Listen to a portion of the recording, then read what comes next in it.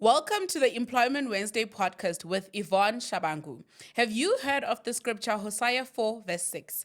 My people perish because of the lack of knowledge. The same applies to your career. When you don't know what to do, when to do it, and how to do it, you are likely to make wrong career choices. But worry not. Employment Wednesdays is here for you to offer you all the answers relating to your career and offer you strategies to develop your career. Enjoy. Hello, everyone. You are welcome to another episode of Law Without Borders. And today I'm sitting with one of my faves, Eulenda Lebese Cussons. Is it Cussons? Cussons. Yeah. Yes, Lungu.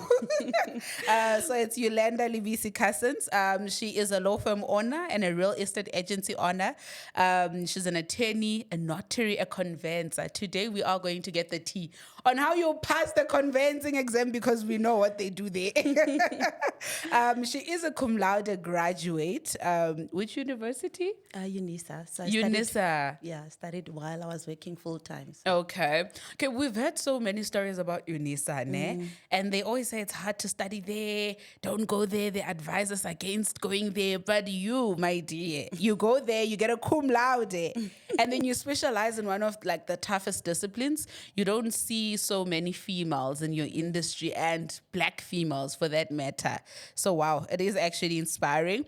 And then she served almost a decade at the office of the Chief State Law Advisor before transitioning into big law. And then she also founded her own law firm, Lebese Cussons Attorneys. And she successfully, now I'm going to talk about numbers, guys, the figures that I was seeing here. She successfully negotiated a property in Spain. I didn't say in Botswana or Zambia or something. I said Spain, valued at 38 million. Who does that? A child of God. Okay. And then in 2024, she achieved a lot of significant milestones, including managing property portfolios for high-profile investors and partnering with Investec on their Out of the Ordinary campaign. I mean, you had to be the perfect fit because your bio gives out of the ordinary. Asimang limang, you know. Thank you. And she's currently involved in securing a bond registration for a loan exceeding 500 million. When was the last time I said 500 million? I don't even say 500 million any other day. And she's passionate about helping successful entrepreneurs and investors secure luxury real estate. For me, it's the specificness, luxury. Why not just real estate? Why luxury? Luxury because I love property and I love luxury property. And I don't own luxury property yet. So why not help people who have what I want? You know the saying that if you want to be wealthy, solve wealthy people's problems and they'll make you one of them. Yes, love that. So yeah, it's a no-brainer. Okay, love that. So we're going to go into the icebreaker questions, right? And then if you're a type of drink, which drink would you be and why? Oh, my word. I would be a Sprite. Didn't expect that. Why a Sprite? It's safe. There's no alcohol. It's refreshing. And yeah, I believe that I can be a refreshing person. I can change, the vibe in a room. And people often say that I inspire them and I make them feel like they can do things. So Okay. yeah, I suppose a Sprite. All right. And if you're a type of shoe, what type of shoe would you be and why? Oh, my word. Like a stiletto. Okay. Any stiletto. Why a stiletto? Yeah, just when I think about stilettos, I think elegance. I think those are the things I love, I aspire to be. And yeah, and I live it out every day the best way I know how. So yeah, even now, like when I thought, what shoes am I going to wear? I don't care how tired I am. I just have to wear my heels and look pretty. And Okay. yeah. Love that. I guess it's an up for confidence. Yeah, when you look good, you feel good. And when you feel good, you do a lot of amazing things. And Sure. for me, that's motivation. That's true. And then what is your weirdest food combination? If we caught you eating it, we'll be like, hey, boo. There's quite a few, Okay. but I mix So, you know, the KFC, I don't like KFC, but I tried the donut, I don't know what they call it, but Yes, it's yes, the yes. donut burger. Yes. So I'm the kind of person that likes salty or savory things. So saltiness with sweetness. So Okay. I bought that burger and I tried it for the first time last week and I put honey in it. Wow. So you added Yeah, upon because the it donut, you didn't added more. taste sweet Okay. enough. All right. So yeah, that's a weird combination to some people. And then yeah, I just love to mix anything that, you know, people would think, this shouldn't go together. Like I'll put apple to my peanut butter sandwich or yeah, just weird things like that. The only thing I can't stand is pineapple on a pizza. You're not that girl. Yeah, Okay. no. Would you put like sugar? Do you put sugar in commas if you No. eat in commas? No, I don't, but I've tried it. I don't like it. Oh, okay. Yeah. All right. All right. Okay, let's go into your lifeline that led to your career. So, in your high school life, what did you want to be? What were your dreams? Sure. So I think I thought I wanted to be a lawyer. And then when I, you know, finished my matric and I got an opportunity to go to university, somehow I thought, I don't think I want to be a lawyer. So I needed to find something else. And I thought I was going to study journalism. Oh, okay. And then I went to the university, got information. And as I was in the process of applying, they said it was full. Journalism was full. All right. And then I just had to find something because there was no way I was going to go back home and sit. And then, yeah, I was introduced to this course, linguistics, so language practice, which is what I studied first. The first time. Yeah, as a qualification in 2006. Okay. And yeah, I found out about it. You learn about languages. And they told me if you do this, you can also do editorial stuff. You can work in the journalistic environment. So I was like, okay, let's do this. And it was the best decision I ever made because even though it didn't feel like the best course. Because I was about to ask, what do you do as a linguistic? So you become a language practitioner and you can either translate documents. Okay. You can work in an editorial team where you ensure that, you know, text is written properly. You edit, you proofread, things like that. But, and that's how it was, looked at the university. People didn't really see it as the thing. Even I didn't. Also, right now I'm thinking, I was like, convince me. I was like, I'm desperate, so I need to do something. And you must remember, I come from an environment where setting foot at a university was a huge privilege. And when I went there, I actually didn't even know how I was going to study because my parents didn't have the money to pay the fees. But I just showed up. That's who I am. I showed up. Where did you study? Was this still at UNISA? TUT. So, okay. Yeah, at the time, I was fresh from matric. Finished my matric in 2005. And 2006, I went there. I didn't know what was going to happen. And that's who I am. I just show up. And I took the forms, I filled them in, and they were like, okay, now that you're accepted, pay this money. And I was like, show me where I can get a loan. And then I queued for the NFSA's, funding. But yeah, it wasn't the best course to study at the time. But I was like, you know what? I'm at university. I'm gonna make the best, or make the most of this time. And yeah, I got into it just like with everything I do. Like I gave myself to you lean in. Yeah, and I got in and I excelled, and I didn't know what my career would look like. But I remember thinking to myself, anything I do succeeds, and that's the mindset that I grew up having, even. Despite the environment that I come from. And I was like, I'm going to make this thing. They said I could get into journalism. I'm going to excel in this. People are going to want to hire me. Sure. And I completed it. And in the final year, so I decided to add a fourth year. So I did BTech. Because I didn't have a job and I didn't want to go back home. I'm from Soshanguve. And I'm sure you know Soshanguve is like, you don't want to. Yeah, it's I love that I grew up there, but I didn't want to go back and stay and do nothing. So I then completed, and then a position came out in Cape Town. Now, mind you, in our language practice course, they actually created a farewell, a trip for us to go to Cape Town. And that was my first time on a flight. So in our third year, they paid for everything, and we just showed up, and they flew us to Cape Town to show us Parliament. Okay. And so that's when they told us you can work here as a language practitioner. Oh, okay. And I was like, oh, wow. You know, when we came back from that trip, and of course, Cape Town is beautiful, I was so inspired. And I was like, okay, I can work in Parliament, and I can live in such a beautiful city. Yes. And it was ingrained in my mind that I'm going to work in Cape Town. I didn't know how, but I was just like, I'm going to work there. And so when I completed, you know, the struggle of finding employment, I wasn't immune to. And then I was there. I did my BTech, and then I stayed home waiting for things to happen, but I was busy talking to people, like being proactive. And then I remember somebody sending me a message. Firstly, it was a relative saying, did you see a position in Parliament? This was after the fourth year, in 2010.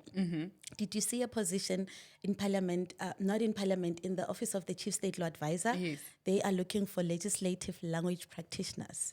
Okay. And the salary was at assistant director level. It was crazy. Wow. And so I had seen it, but I was like, this is for like experienced people. So I didn't take it seriously. And I was like, so disheartened. Like, where are the positions that we can apply for as newly graduates? And then when my relative told me about it, and I went and looked, and I was like, this is the same thing I saw. And then I was just like, okay, I went on with my, you know, my daily tasks of just searching for work.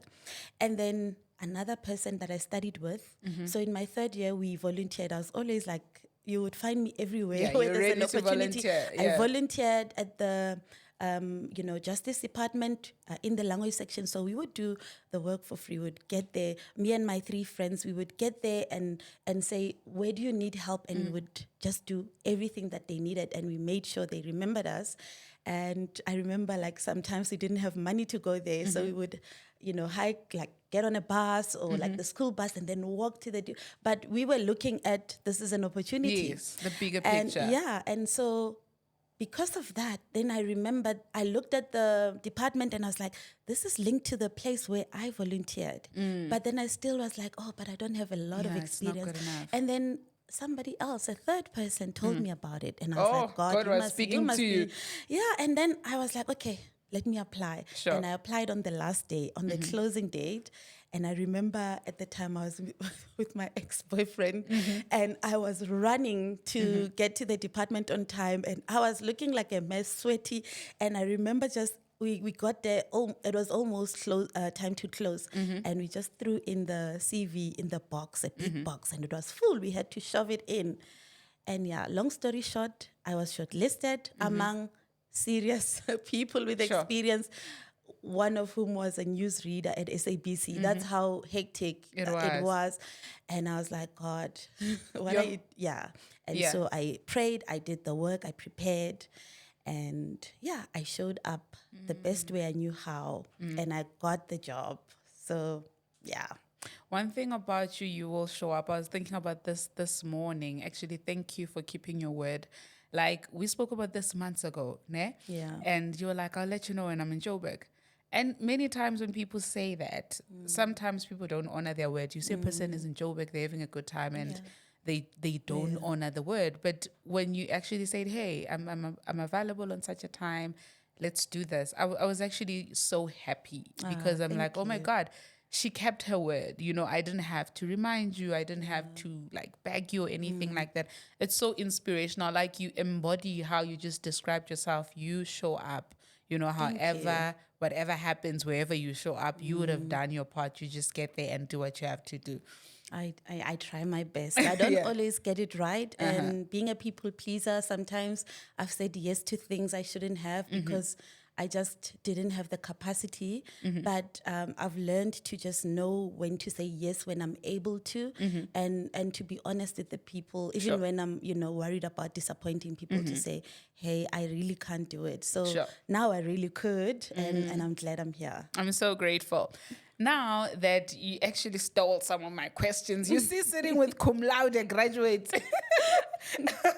So now, how was your transition? I know that you've spoken about going into university and excelling, but like you said, people like us, people of color, going into university is usually like a first time thing. Like you're a first generation of a person to go into university.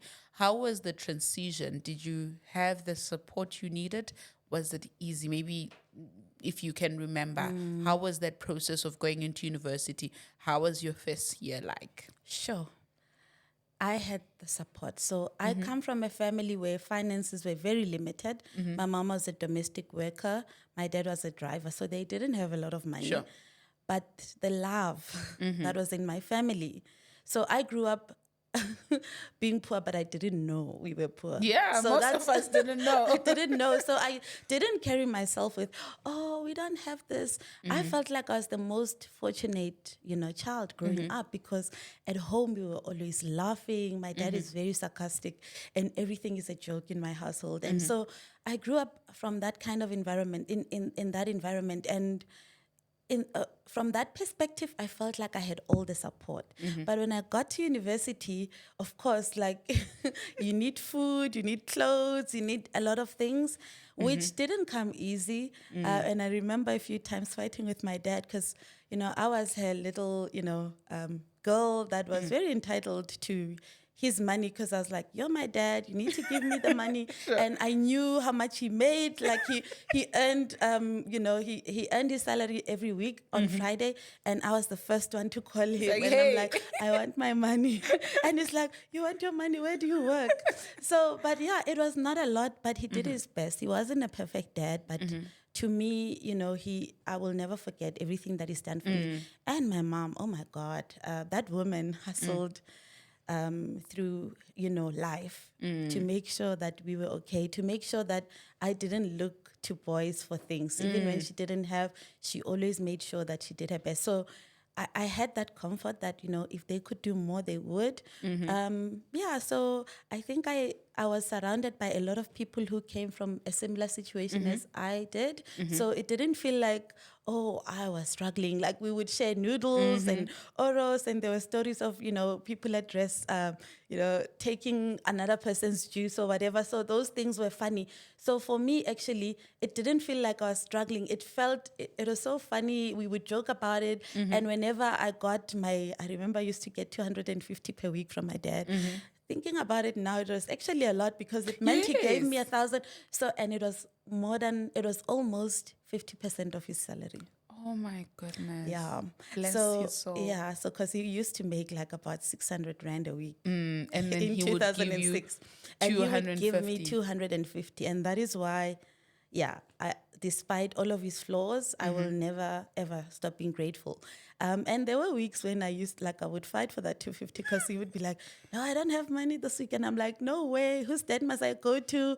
You will give me that money. And but that was our relationship, and he loved me. And he would do it. And when he didn't do it, because, maybe they had to buy groceries at home, I would go there and I would, take from the rice, the oil, whatever that they had, they shared with me. So, yeah, it was, I don't really have bad memories. I just remember when during school holidays, I would go back home, and then I love my mom so much that anyone who bothers my mom is is my enemy automatically.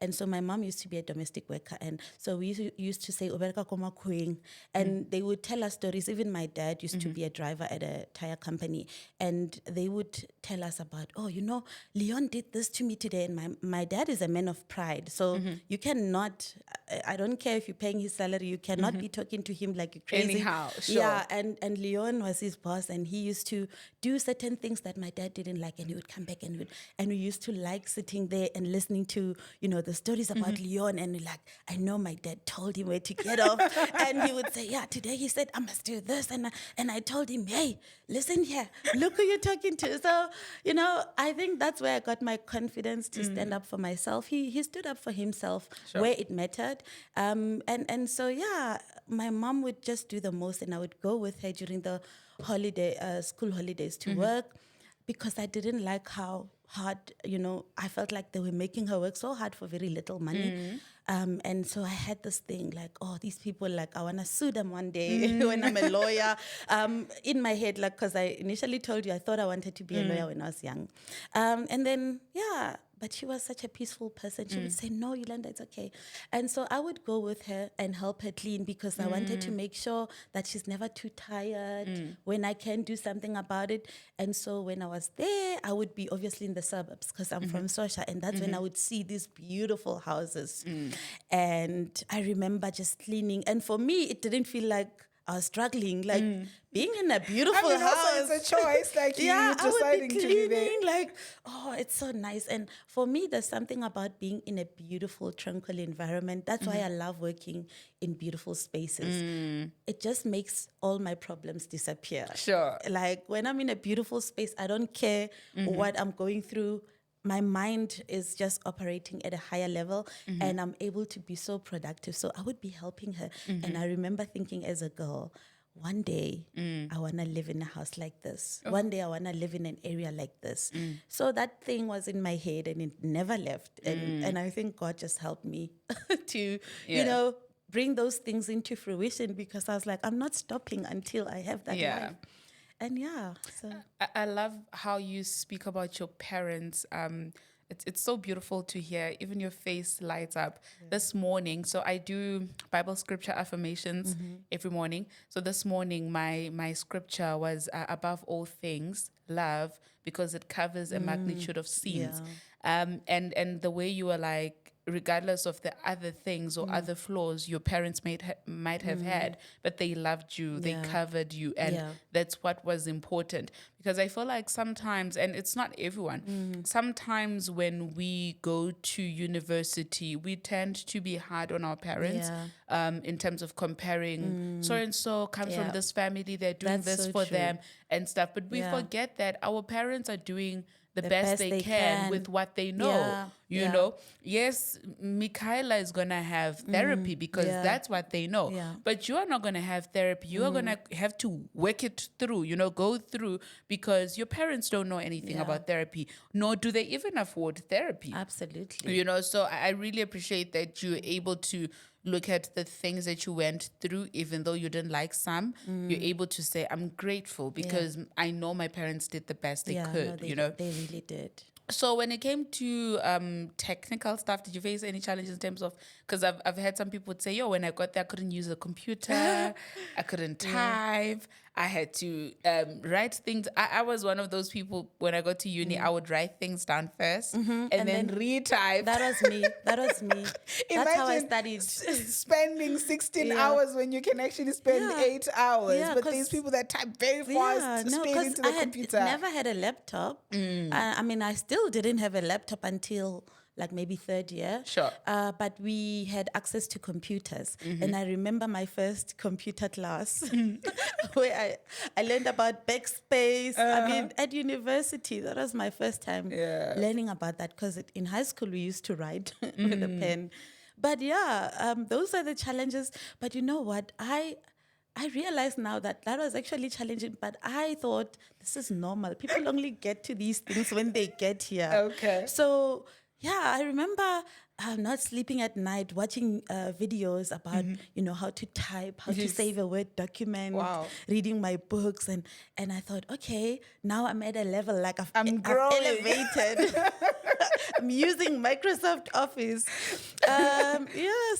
And I was dating somebody who was doing IT. So he also helped me a lot because he had a computer. So basically Jolango University.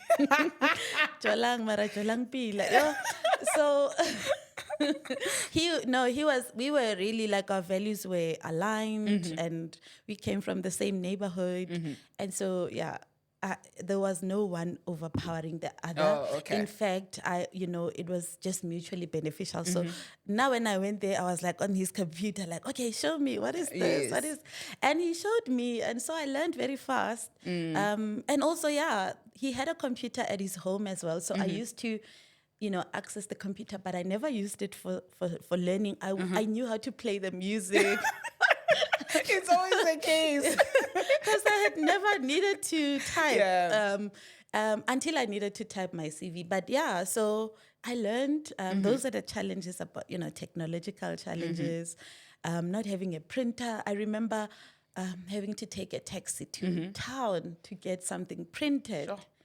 And yeah. but for me, I was like, oh, I'm gonna go to town, because I wasn't used to going to town until I finished matric. Sure. So I was a very slow. But I love your outlook on life. I feel like for you, everything, you're very optimistic. Yeah. So you didn't look at things as, oh my God, I'm underprivileged. This is sad. What are Yeah. people going to say? You looked at everything, oh, this is my opportunity to learn. This is my opportunity to go to town and stuff, of which I love. But I think, again, you can only dream as far as your environment sometimes allows. Like, for instance, you would think it's normal not to be able to use a computer because many people, maybe from social, can't use computers. It's not a thing. Yeah. But if you were coming from an environment where everybody else has a computer, then obviously you would find some abnormality to say, okay, this is a bit odd. So I think also it is quite important now in the age that we're in, that we most of us have choices in where we position ourselves, right? So your environment matters, because your knowledge, your wisdom, or whatever you almost acquire in life is going to be limited or unlimited depending on the environment that you place yourself in, Absolutely. So yeah, okay. So now we're done with your first degree, right? You go and serve at the chief advisor's office, right? How was that experience like? Sure. It was the most amazing experience. I learned a lot. I almost worked there for like 10 years because I left in my 9th year. So when I got the job and I researched, I realized that people who work at the Office of the Chief State Law Advisors actually work for Parliament, because we would translate legislative documents, edit, proofread for the members of Parliament to discuss during the Parliamentary Portfolio Committee meetings. And so I was like, this is actually my dream being realized of doing parliamentary work. So even on my CV, I have, that I've done parliamentary portfolio committee work, and then I list out all the projects that I've worked on. And I used to, as part of my job, I used to go to Parliament once a week and listen in those meetings. They never used to be as hectic as they are now. Hey, now Parliament, it's intense. I mean, I remember people actually discussing legislation and concluding the topics, and we, knowing, okay, this is what we're going to work on. And I don't remember these arguments that we see now. The debates, it's always the debates. Yeah, but fruitless, because debates are good, but the fruitless ones that we see now, where people are just attacking each other's personalities. Yeah, so for me, I didn't encounter as many of those. So I had so much respect for, the House of Parliament, and I loved it. And I learned so much until it felt like, okay, now this is, so I like a good challenge, but as soon as I master something and, I could do it with my eyes closed, I was like, okay, now this is getting less challenging. So I needed a challenge. And, God works in mysterious ways, because at the time I felt like I needed transition. I actually was involved in a bike accident. So I used to ride a Ninja Kawasaki, so I love motorcycles. Okay. And I got into an accident because, there was a hit and run. I don't remember anything, but apparently somebody got off their lane and hit me. And because of that, my memory was affected. Sure. And I remember coming out of the hospital, like the front rear, the light of my bike was completely detached, and I flew off the bike when I apparently saw the car coming, and that's what saved me. And my helmet visor was off. It was terrible, but God just protected me. Like nothing was broken, in my body. And my mind was also safe, obviously, because I was also wearing a helmet. And then when I came back home, I remember trying to get my bank cards, and I remembered nothing. Like everything from like the day before, I remembered nothing. And I would speak to people, like I went back to work. When I was speaking to people, like you would say, hi, I am so-and-so, and I would be listening. But immediately after you've said your name, I don't remember. And I would read, and you must remember, I earned a living using my intellect, my brain. And I would read a paragraph on a document, and immediately after reading, I didn't know what I had read. Sure.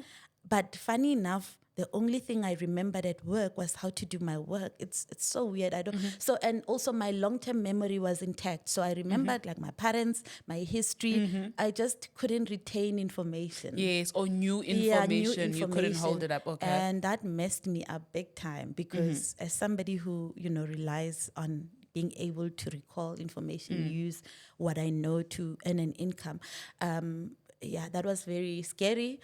But once again, it was necessary because it helped me lean on God. That's my source. That's how I do everything that I do.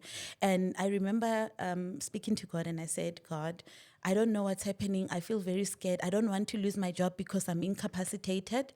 And God just kept on allowing me to continue doing the work. And I said to him, this is not going to be sustainable. I need to do something to help my memory come back, to improve it.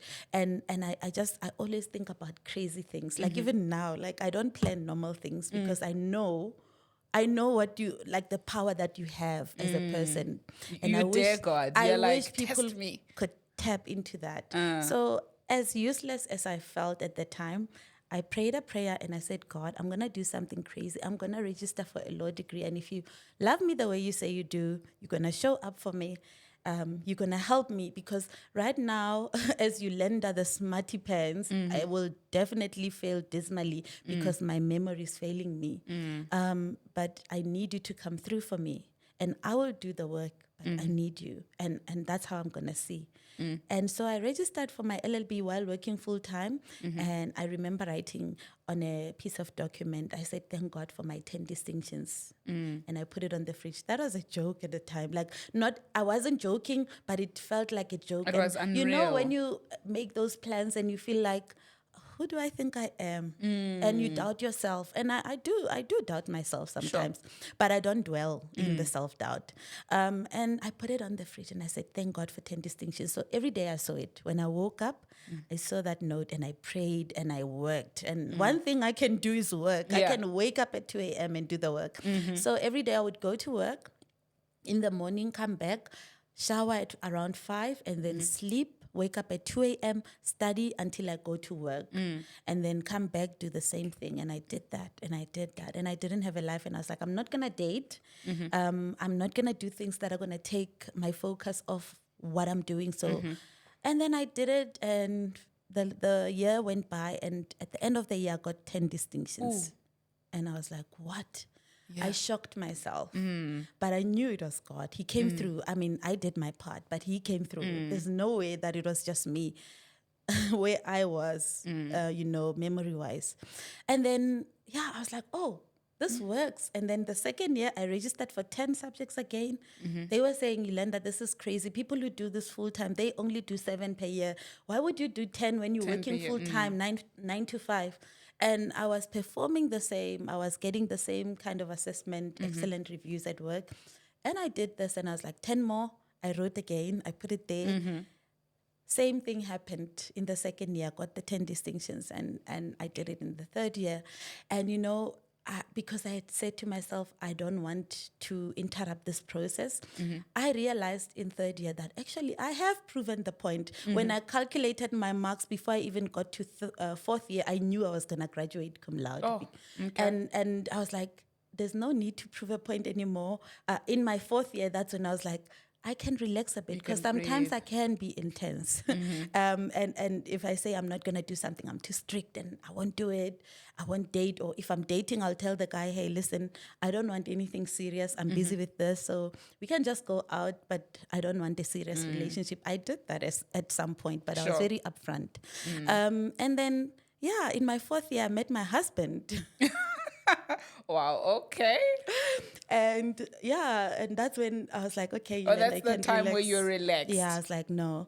I got married actually in my fourth year because the man knew what he wanted. Okay. And I was like, I'm tired of dealing with people who don't know what they want. And, it takes a secure, strong man to handle a woman like me. And if you don't know what you want, you're not sure, and I don't go with the flow. then we're not gonna, do anything. So he knew what he wanted. Like within the first month of meeting, we were talking every day, and he also, has God in his life, which is very important for me. And so within the first month, he said he knew that I was gonna be his wife because of certain things that were happening.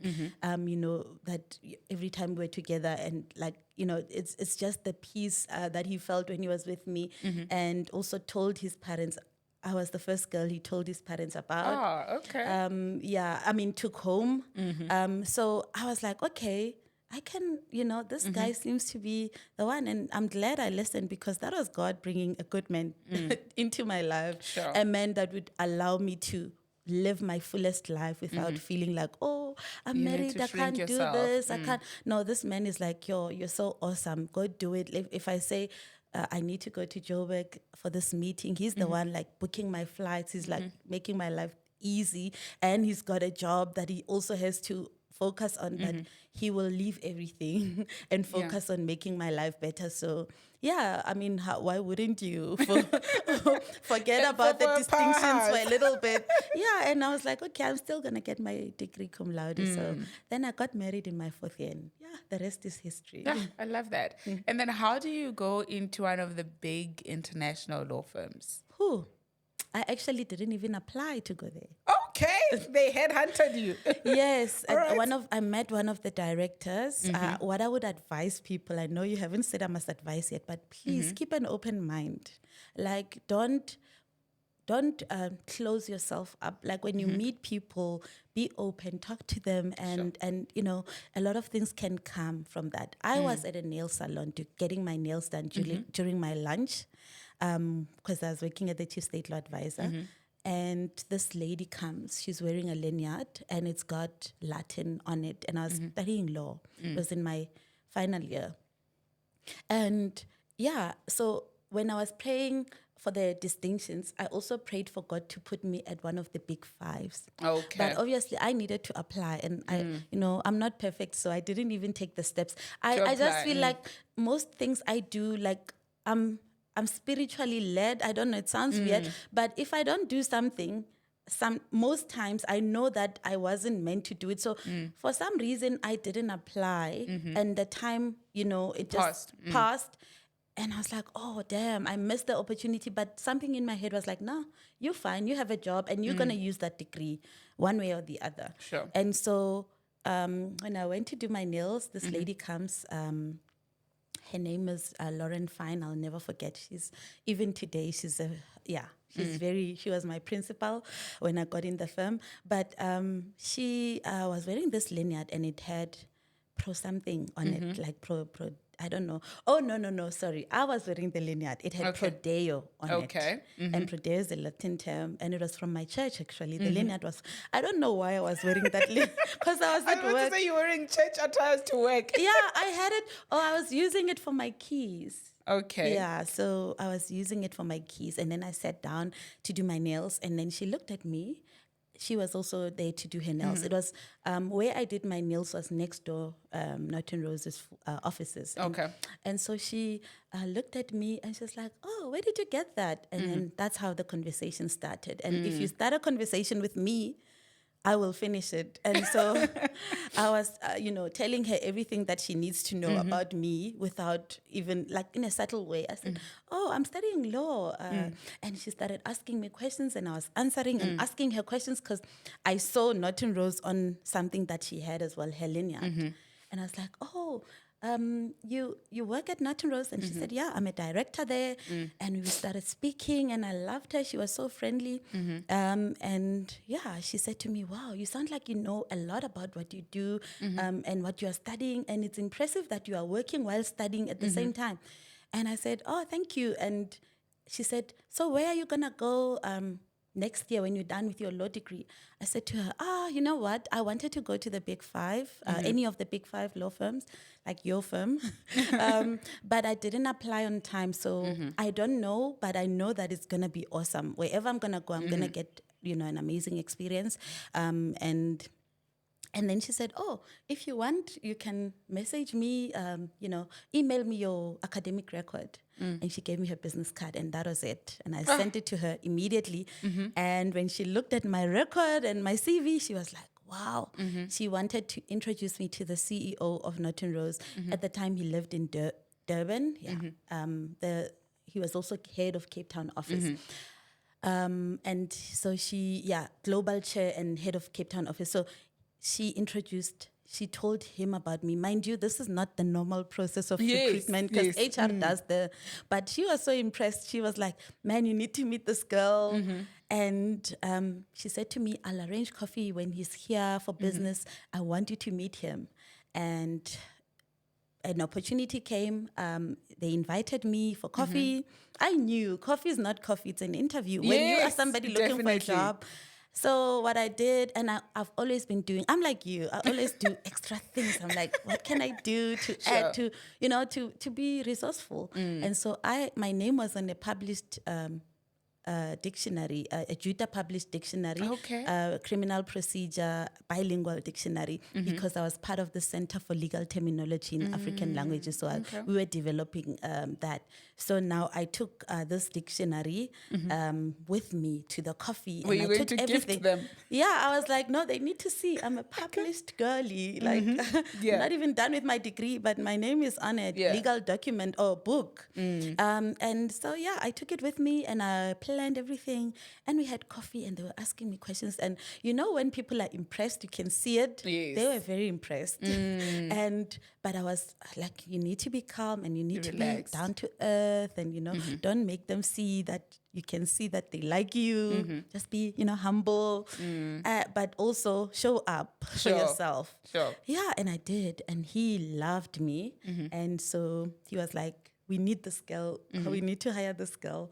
They made me an offer and they got me in the next year. Oh my God, love that. But you know what I love about your story is you had something to offer. Yeah. Many times, so there's a video that I put out, people chopped me off. Like I was having a conversation with Buhlali, and then we're talking. So I asked her, what are the things people should consider in a CV, right? And then she stated out many things, right? And then people were so upset. They're like, no, these days you get job study connections and stuff like that. Like they said so many things. I was like, okay, guys, calm down. But then, in some responding to some of the comments and just thinking about the whole flare up, I was thinking about how many times people think it's just about connection. There's no connected person can give you anything when you don't know what you're doing. There needs to be married, Half the time we think connections are just about, hey, you don't have a law degree, you don't have anything, come to the job. No. It's like also, what can you offer me? Like give people something to work with. When we say network, we are not saying just go and be like, hey guys, I want a job. You go there and say, this is what I have to offer. This is what I know, but I'm also willing to learn more. And this is what I know that can do this for your brand, you know, because people also love people that have something to offer, have something to give. In return. I really love also how you were so intentional about your approach.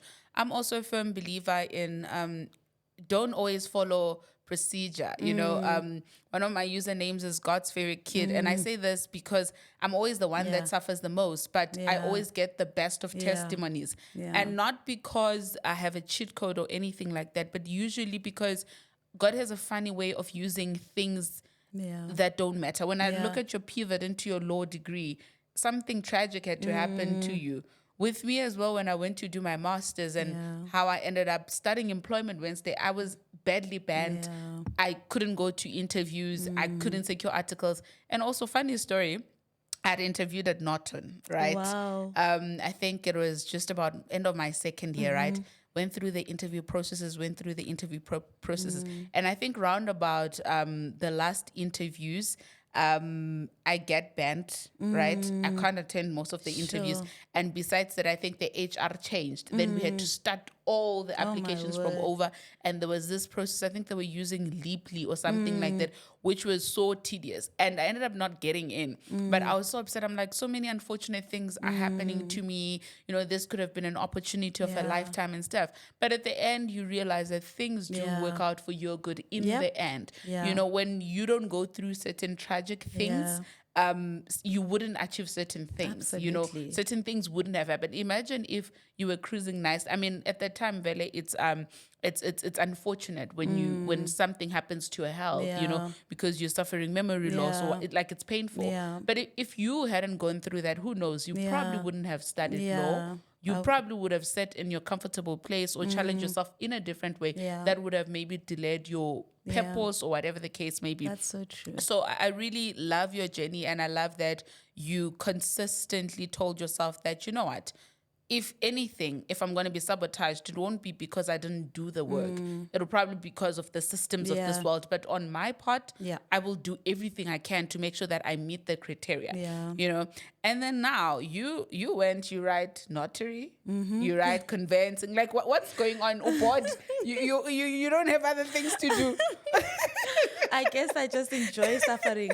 But no, I'm highly ambitious, so I don't just want a little bit. Yeah, you're in the big part of the pie. Yeah, and also let me be honest, when we get into a place like that, a big law firm like that, it's not just you. You're not special anymore. Sure. There's nothing that is making you, you know, set apart, because there's other smart people there. Sure. They're very smart.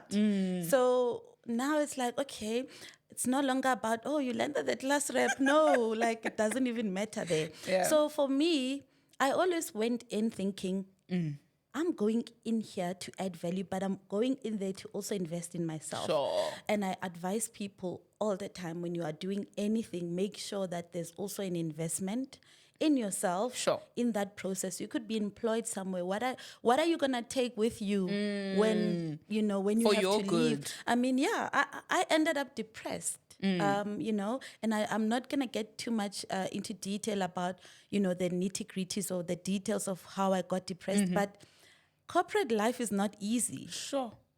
It's not. And sometimes what is disguised as a blessing can also take you through the fire, but everything is meant to refine you. That's the thing. Sure. If you are somebody that sees opportunities, nothing can make you feel like you are a victim forever. And I had my moments where I felt like, oh, and my personality was, you know, altered, and I felt like I don't know who I was anymore, because I was not living in my fullest purpose.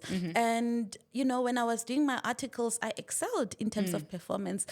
My assessments in the first year were great. And then I asked to be in real estate, because I was like, I'm not a litigant. I will not stand going to court every day, running and dealing with postponements. It was just not who I wanted to be. And I always knew, like when I was planning for my future, I always knew I'm going to be a mom. I'm going to be a wife. Sure. So, well, at the time I was at Norton, I was already married, because it's 2019. Yeah. And I knew I wanted to be a mom. So everything I was doing was informed by the life I wanted. And I was like, this litigation thing is not going to make me a healthy mom or wife. Sure. So I asked to be put in the real estate department. And I always knew how to use things to my advantage and make people see the value for them, Sure. while I knew the value was actually for me. So what I did is I asked to be put in the real estate department, first of all, because I was like, obviously at first I'm like, oh, I'm going to grow in the firm, maybe one day be this. Director, partner. And then you get in and you see how things are, and you like see, it's amazing. You learn a lot. I'm not Sure. going to discount that. But I think I wanted a different life, especially when I saw some of the directors, and I was like, do I really want to be like you when I'm 50? And I was like, the answer was no. I want to be successful. I want to be wealthy, but I don't want it at what at that cost? cost. Yeah. And so for me, I think those questions were answered. I was like, okay. And I learned a lot from those people. Like everyone that was my mentor, that I worked under, I learned a lot from them. I mean, I had some bad experiences, but I also had some good ones. And I choose to highlight the good ones Sure. to move forward positively.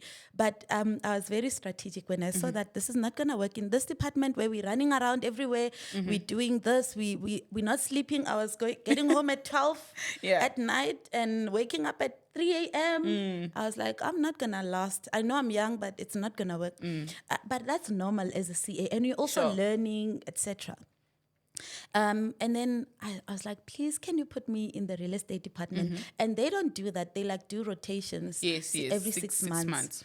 And I was like, I need you to put me in the real estate department because I want to learn that, and I kind of feel like this is not for me. So I want to be somewhere where I can add great value while it's still early. So in my first year, and they had to do some things because you don't decide where you go. They decide for you. But somehow I got in my second rotation. When I got in there, oh my God, I made myself indispensable. So and the secretaries, they were like my mentors because I didn't have that thing, oh, I'm a lawyer. You are nothing if you don't know anything. So, you are nothing without experience. And so I still love them today, the secretaries. Those are the people who made it feel like home for me. And the messengers, and we still... I have so much respect for them. And they were the only people that looked like me, so we connected.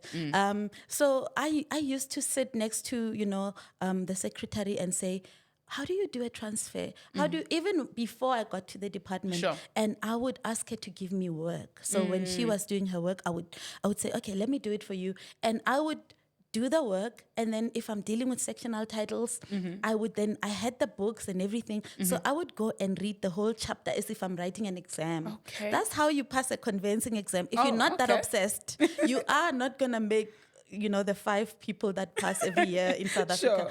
You're not going to make that number, unfortunately. And there's another layer to that. I feel like there's something wrong there. It's not normal that only 5 people in the country. But I'm talking about if you now want to be part of those people who make it despite the bureaucracy and the monopolization, which... That's in my view. Conveyancing is highly monopolized in our country. If you have to be obsessed. So I was very obsessed. I was doing the secretary's work. I was listening to them like they are my principal. And they loved me because I had a lot of respect for them. But it's because I recognized that they knew way more than me. Because I knew nothing about conveyancing. So the basic administrative parts of conveyancing, I learned from them. And when my director would say, do this research, do this, I would excel in it because that's my strong point. And they would always give me amazing reviews. But I was learning from the secretaries. And when the messenger was taking something to the deeds office, I would be like, can I see? And then I would page it through the lodgement cover, and I would be like, okay, the draft deed, the power of attorney, the rates clearance, what is this? Why do we need to lodge this? I was so inquisitive. And then I would go and read the chapter. And that's how I learned. And so I was learning, and then I was like, I want to do this. And I spoke to the secretaries. I was like, what do you think I need to do so that they can like me enough to keep me here? Because now, at the end of the 6 months, you have to go. Rotate again. And I was like, there's no way I'm going to labor. Or that was just not because they also have to go to court, and I don't like to go to court.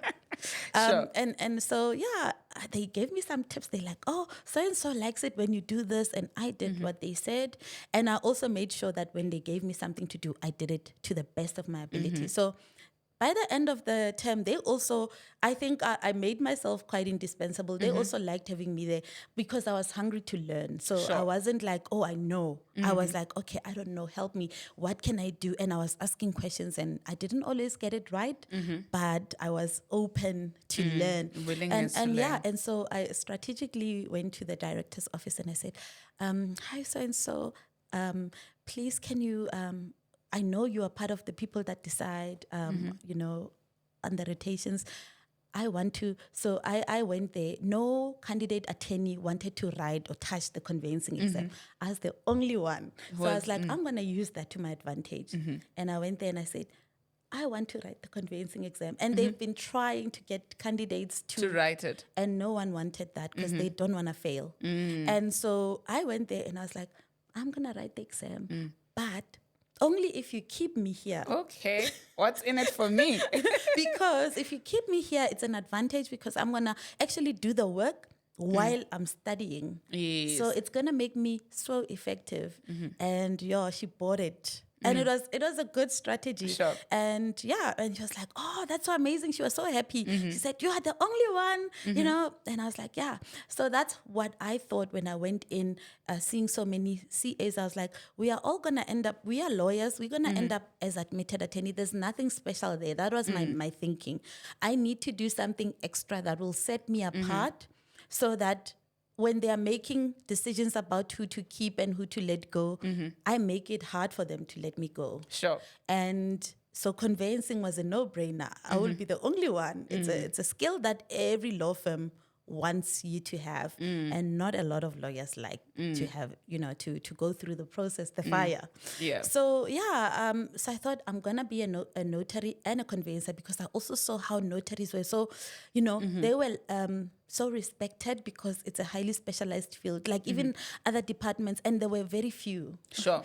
Other departments, when they, like, for instance, doing renewable energy work, dealing with different things like documents that need to be authenticated, notarized, they would say, oh, our client from, the US or from whatever country is coming, we need a notary. And that one notary is like, please, can you be available? And I was like, oh, this is a limited resource. I also need to get this in my bag. So when I did my articles in the first year, I was very strategic. Yeah. Everything I was doing there was strategy. When other CAs are like, vibing, it was nice. And they were also strategic in their own way. Sure. My strategy was get as many things that no one wants as you can. But the firm needs. And that was a good strategy. So I wrote all my 4 board exams in the first year because I was like, if I'm going to do conveyancing and notary and be ready and have them before they make the decisions about who to retain, then I need to write all the 4 board exams. So I remember I studied like crazy and I wrote 4 exams in 2 days and I was pregnant. Oh my goodness. But I wrote and I passed all 4 same time, at first sitting. In the first year, and then the second year I wrote, when I was pregnant, it was in my second year. I wrote conveyancing, the 2 exams, and notary in consecutive days, 2 consecutive days.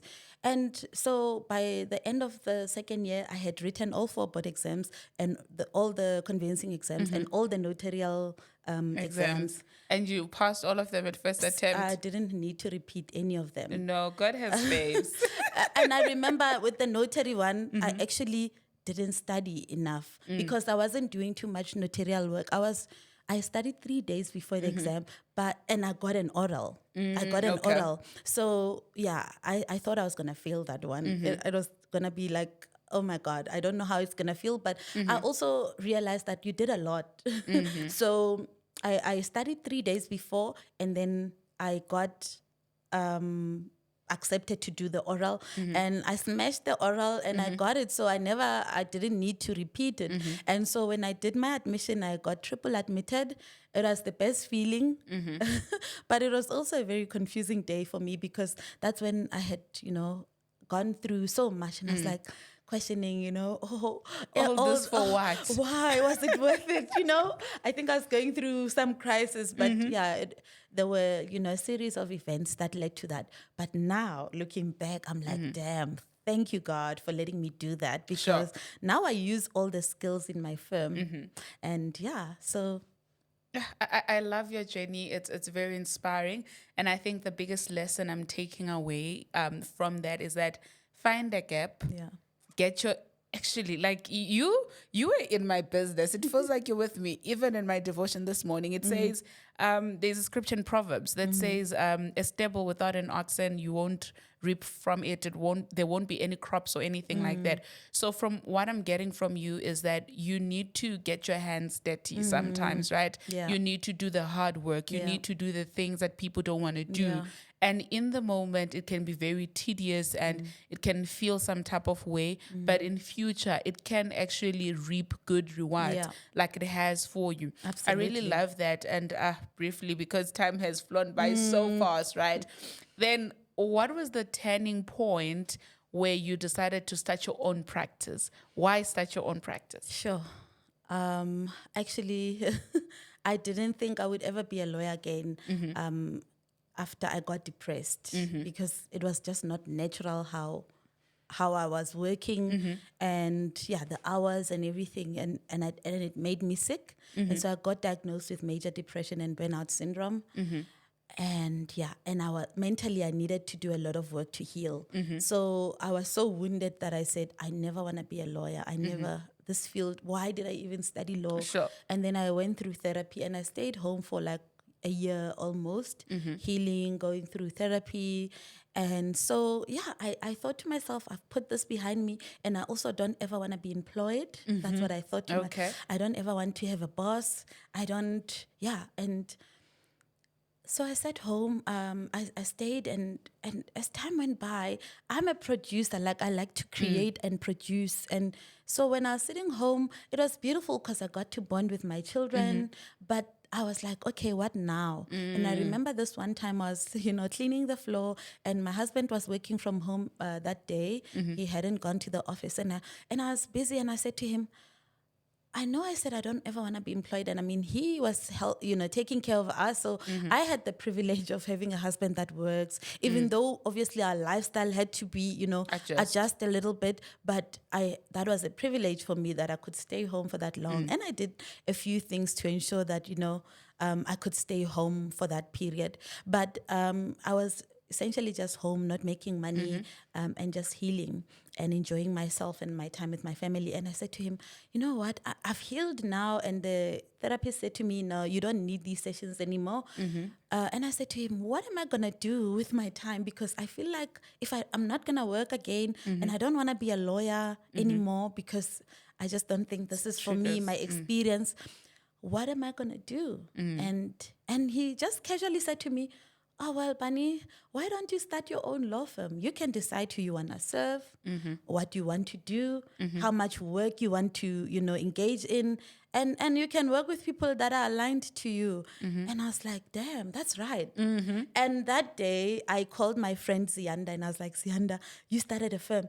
We started together. And I said, how does one start a firm? And I'm telling you, on that day I started, I registered my firm. I got everything together. I started the process of registering and the rest is history. And I remember going with my husband. I was so excited. I'm a doer. So if I think of something, I'm going to do it now. And I remember us driving and so I was telling him, he was helping me brainstorm. And I said to him, so who am I going to serve? And I was like, I don't want to be a lawyer that's always busy. But not making enough money. So I wanna actually do impactful work, but I want to do it for people who can afford my time. And so we were driving and I was like, oh, God just kept on giving me these ideas. You need to go where your ideal client is. And so I was like, we were driving at the waterfront and my husband saw this office that we are at now. Sure. And he's So like, beautiful. oh, look, there's an office there. And I was like, oh, let's go and ask. Immediately we went and I was like, this is going to be our office. And then we were not staying in Sea Point at the time, but I just felt, and we did it, it's not like we had a lot of money, no. But I just felt like God was saying, as I was praying, he was like, okay, the people you want to serve, where do they live? Go be close to them. And so for me, I was like, Bunny, we need to, and my husband does everything I ask. If I say we need to do this, even when he doesn't know how we're going to do it, it's just like, okay, he has so much trust and, in the things that I do, like he's, I think he's way too He supportive. believes in the Like he's vision. a ride or die. Even sometimes then he's like, ooh, I think we may need to move back home because this, and I've maxed out. He's funded my firm. My firm like owed him a lot of money and owed me a lot of money. And, but yeah, it's our thing that, we're building. So he didn't look at it that way. And so I was like, okay, we need to move here. You're like, yeah, let's do it. Now I'm 5 minutes away from work. But, things just, I would listen to, I believe, what was God's voice in my heart in terms of guidance, because I was praying for him to help me. I said, God, I don't ever want to work like, 24/7. I want to be present for my children, but I want to make enough so I can enjoy life and live out my full purpose and dreams. And yeah, I went there, and my first client, the Spain transaction, was a walk-in. So those are the types of clients that would walk in. And this lady was a retired doctor who worked in London all her life. And she became my first client. She transacted in Spain and made all the mistakes, and came to me after having paid millions to the seller before signing a contract. And I had to renegotiate and help her get out of the deal, or help her actually sort out the deal so that everything made sense for her before she paid the rest of the purchase price. And so I was negotiating with this international lawyer who's based in Spain, was also protecting clients' interest, but also leaning towards the side of the seller. So there was conflict of interest. There were a lot of things, but I did that for her, and she loved me. And at the end, she took transfer. She wanted me to fly to Spain to take transfer for her. In Spain, the notaries are the ones who transfer ownership. Okay. And I was like, no, I can't leave my business. But I was like, my husband was like, oh, that's a nice holiday. But yeah, so those are the types of people that I was getting the opportunity to interact with and call my clients. Sure. And as somebody who grew up in Soshanguve, to have that kind of proximity made me feel like there's nothing I can't do. Yeah. There's nothing. As long as I have God and I ask him for guidance, he will open any door I ask him to if it's meant for me. Sure. So yeah, the rest is history. I love your story and your journey. And there's a book by Brene Brown, I think it's Dare to Dream or something like that, as well as Braving the Wilderness. I think what you've done with your life or with your career is brave through the wilderness, and it is so inspiring to see people, girls like me, to see them win and to see them achieve things that seem far off. And I mean, in a tough industry like property, we look at you and think, if she can, I can too. Absolutely. I don't have to. It's like you become the template. I don't have to go through depression to be able to get there. Absolutely. I can simply lean on you to be able to get there. So I truly appreciate it. And thank you so much for honoring my invite. Thank you for having me. In closing, what is the season of your life? Sure. I think this season is a season of just self-love and caring for, paying attention to the things that I've always put, aside because I was surviving. Like my life is a story of I'm surviving. I'm trying to get out of the hood. I'm trying to, so even the things that I needed to pay attention to about myself and, and care a little bit more, pamper myself a little bit more. I never used to do because I was like, we need to do work, like sleep a little bit more, go for pamper, close your laptop. You don't have to always be so busy. Now I'm in that season where I allow myself to relax and I control my time. So I can wake up at 2 a.m. and be on my email, but maybe at 1 a.m. when people are slaving away in the office, I'm chilling at the beach. So that's the season, and I'm leaning into, just being used to caring for myself a little bit more and understanding that I'm the fuel, I'm the machine that's driving this thing. So I need to give, to myself so that I can continue doing what I'm doing. I'm not where I know I need to be yet, but it's a process and I'm going to enjoy every minute, whether good or bad. So yeah, that's where I am. Peace of mind, self-care, and keep and on you're killing striving. it. You've removed yourself from survival mode into striving. Yeah, it took work, but here we are, doing new things. Skyline Attorney Realtors, we're making, we're doing some amazing announcements today.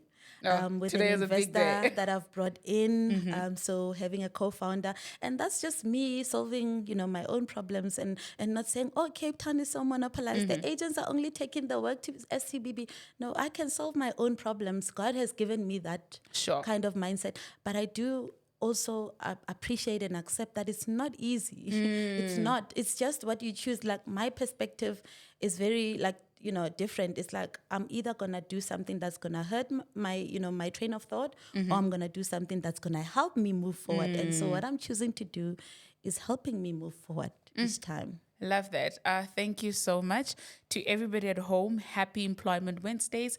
I hope you enjoyed this episode. I hope you took a lesson from it. And always remember, you are never alone. You are gracefully anchored.